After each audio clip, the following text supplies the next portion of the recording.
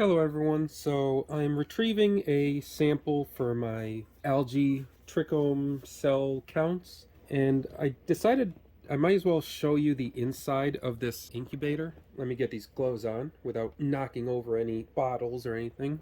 And pretty much what I do is I take a sample from here and I put in or into a centrifuge tube. Now I use tweezers a lot because these gloves are huge, and this is a 10 to 100 microliter pipette that I use. So first what I'll do is I'll put the pipette over there. Now I have this little toolbox that I use that has a whole bunch of different supplies, and I use these tweezers to grab whatever I need. You can imagine I have these huge gloves, but I'm messing around with things this small. And then I get a pipette tip.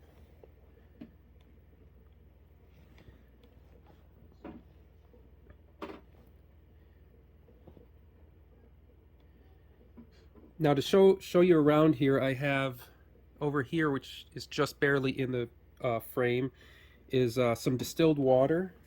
Over here, there's a frame that has a light. It's a grow light, and these are the lines that I can use to put different samples on and aerate them. I can do it's actually 8 samples that I can do with like that. That right there, these are the seeds that I'm growing as well. I have some petri dishes over there, parafilm, some Kim wipes in case I make a mess, spray bottle with alcohol. Every once in a while I go around and I sanitize everything in here to keep it clean. Over there, just off the camera over there, is where that PVC pipe is. There's a heater and a fan and so on. And then I have some a wash bottle of distilled water, which I actually need to fill because it's starting to run out. So I might as well do that. Now it's surprising how much I can do with these gloves in this little tiny chamber. So I'll just fill this up here. My biggest fear is that I end up with a massive spill in here and then I have to clean it up because it's not exactly the easiest thing to get into. Luckily there's nothing really all that hazardous in here. It's just water and some alcohol. That's good enough. Now what I'll do is I'll turn off the aerator for right now. Close that back up. And every day I check the water level in here and I add some extra water into this is the algae sample right here.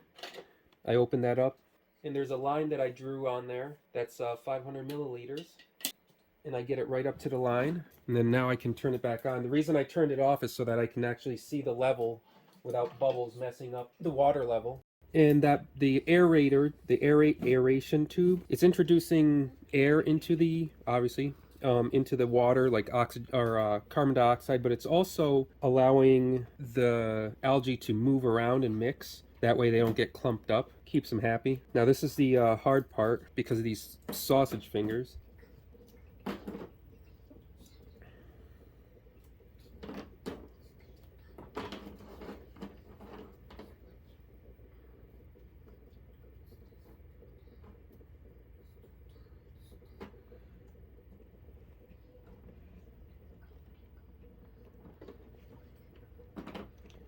Now I got put into the centrifuge tube. Close it up. Now I have this little tube in which I'll put this sample over there first. But I take the pipette tip and I pop it in there.